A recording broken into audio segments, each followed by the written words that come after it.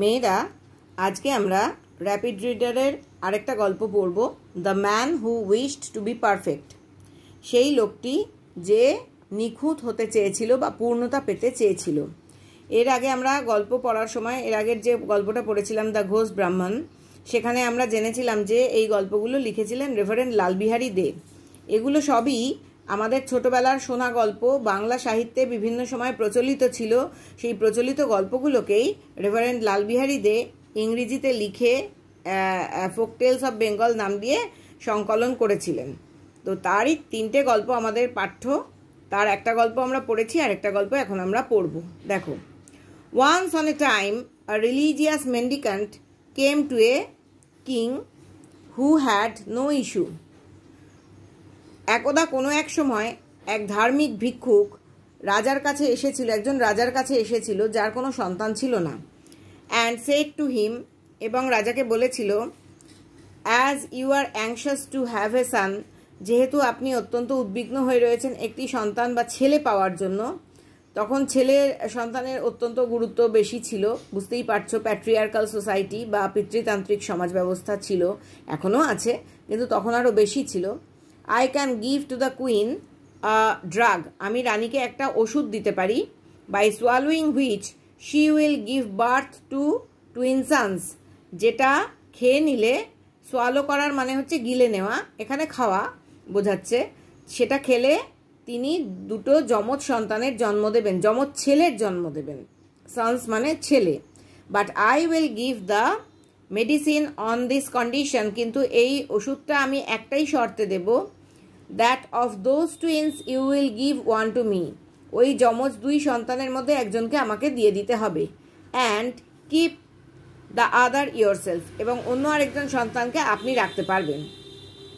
The king thought the condition somewhat hard, রাজা ভাবলেন যে শর্তটা কিছুটা কঠিন বটে, but as he was anxious to have a son to bear his name, কিন্তু তিনি যেহেতু উদ্বিগ্ন ছিলেন একটি ছেলে পাওয়ার জন্য যে কিনা তার নাম বা বংশের নাম বহন করবে, and inherit his wealth and kingdom, এবং তার রাজত্ব এবং সম্পত্তি সবই উত্তরাধিকার সূত্রে পাবে। ইনহেরিট করা মানে উত্তরাধিকার সূত্রে পাওয়া। হি at last agreed to the terms, রাজা শর্ত অনুযায়ী সম্মত হয়ে গেলেন বা শর্তটাই সম্মত হয়ে গেলেন। অ্যাকর্ডিংলি, সেই অনুসারে the queen swallowed the drug, রানী ওই ওষুধটা খেলেন। অ্যান্ড ইন ডিউ কোর্স, এবং যথাসময় gave birth to two sons, দুই ছেলের জন্ম দিলেন, যমজ দুই ছেলে। The twin brothers became 1 year old, এই যমজ ভাইয়েরা 1 বছর বয়সের হলো। 2 years old, 2 বছর বয়সের হলো। 3 years old, 3 বছর বয়সের হলো। 4 years old, 5 years old, 4 বছর বয়সের হলো, 5 বছর বয়সের হলো।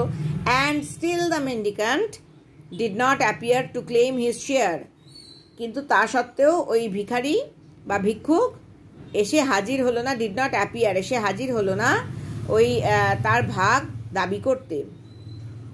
The king and queen therefore thought, রাজা এবং রানী ভাবলেন সেই কারণে, that the mendicant who was old, যে ওই ভিক্ষুক যে কিনা বৃদ্ধ হয়েছিল, ওয়াজ ডেড, সে আসলে মারা গেছে। And dismissed all fears from their minds, এবং তাদের মন থেকে সমস্ত ভয় ত্যাগ করে দিল। ডিসমিসড মানে ত্যাগ করা। But the mendicant was not dead, কিন্তু এই ভিক্ষুক মোটেই মারা যায়নি, বাট লিভিং, কিন্তু বেঁচে ছিল। He was counting the years carefully, সে এই রাজপুত্রদের বয়স গুনছিল অত্যন্ত যত্ন সহকারে।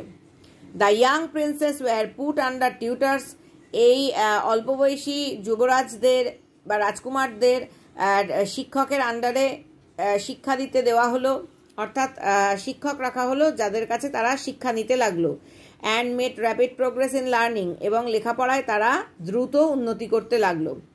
As well as in the arts of riding and shooting with the বো, এবং এমনকি তারা ওই ঘোড়ায় চড়া এবং তীর ছোড়া মানে ধনুক দিয়ে তীর ছোড়াতেও অত্যন্ত পারদর্শী হয়ে উঠল এবং শিখে দ্রুত উন্নতি করতে লাগলো। And as they were uncommonly handsome, যেহেতু তারা অসাধারণ রকমের সুন্দর দেখতে ছিল, they were admired by all the people, তাদেরকে সমস্ত লোকেরাই, অর্থাৎ ওই রাজ্যের সমস্ত লোকেরাই অত্যন্ত ভালোবাসত। When the princess were 16 years old, যখন এই রাজকুমারদের বয়স 16 বছর হলো, the mendicant made his appearance at the palace gate.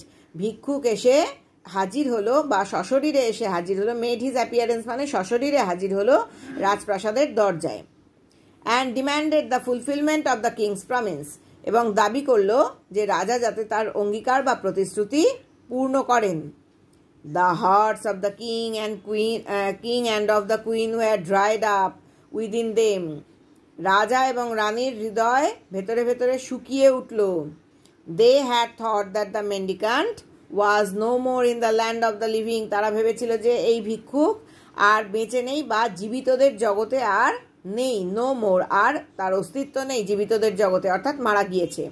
But what was their surprise, কিন্তু তাদের বিস্ময়ের কারণ হলো when they saw him standing at the gate in flesh and blood, যখন তারা রাজপ্রাসাদের দরজায় ওই ভিক্ষুককে দেখতে পেল রক্ত মাংসের চেহারা নিয়ে দাঁড়িয়ে থাকতে, তারা অত্যন্ত বিস্মিত হয়ে গেল।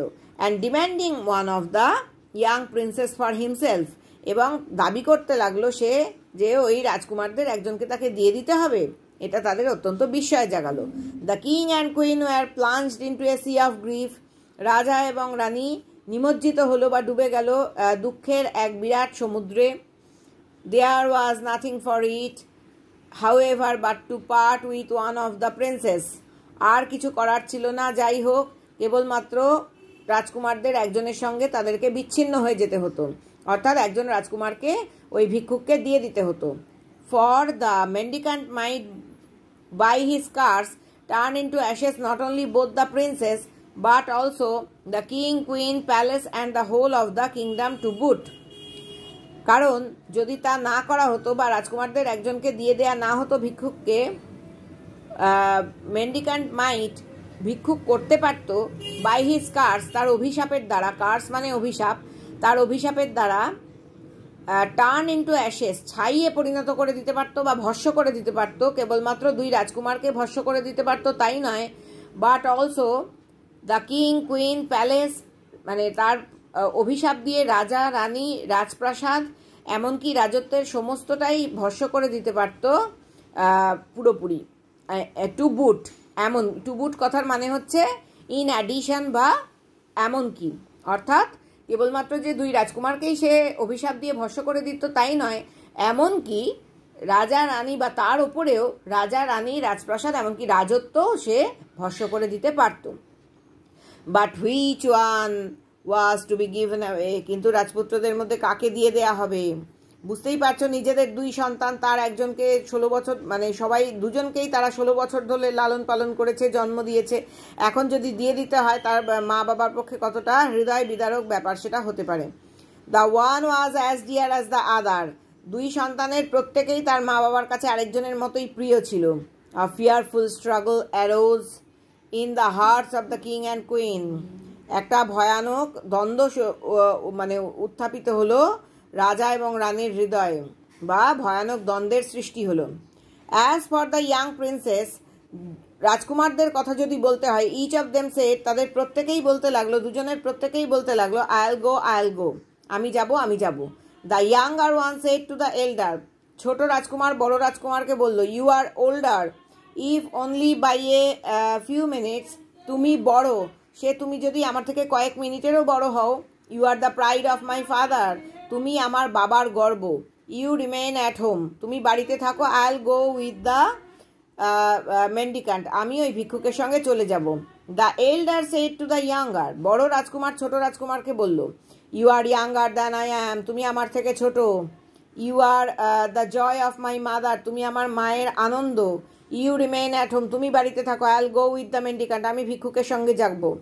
After a great deal of yea and nay, প্রচুর পরিমাণে হ্যাঁ এবং না করার পর, ইয়ে মানে হ্যাঁ, নে মানে না, ইয়ে অ্যান্ড নে, প্রচুর হ্যাঁ না করার পর, after a great deal of mourning and lamentation, প্রচুর পরিমাণে শোক এবং বিলাপ করার পর বা কান্নাকাটি করার পর, after the queen had wetted her clothes with her tears, রানী তার সমস্ত পোশাক চোখের জলে ভিজিয়ে ফেলার পর, the elder prince was let go, বড় রাজকুমারকে যেতে দেওয়া হলো উইথ দ্য মেন্ডিকান্ট, ওই ভিক্ষুকের সঙ্গে।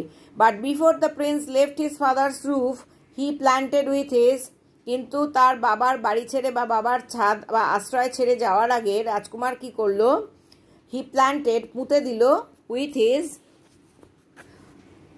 ওন হ্যান্ডস, তার নিজের হাতে পুঁতে দিল, a tree in the courtyard of the palace, রাজপ্রাসাদের উঠোনে তার নিজের হাতে একটা গাছ পুঁতে দিল।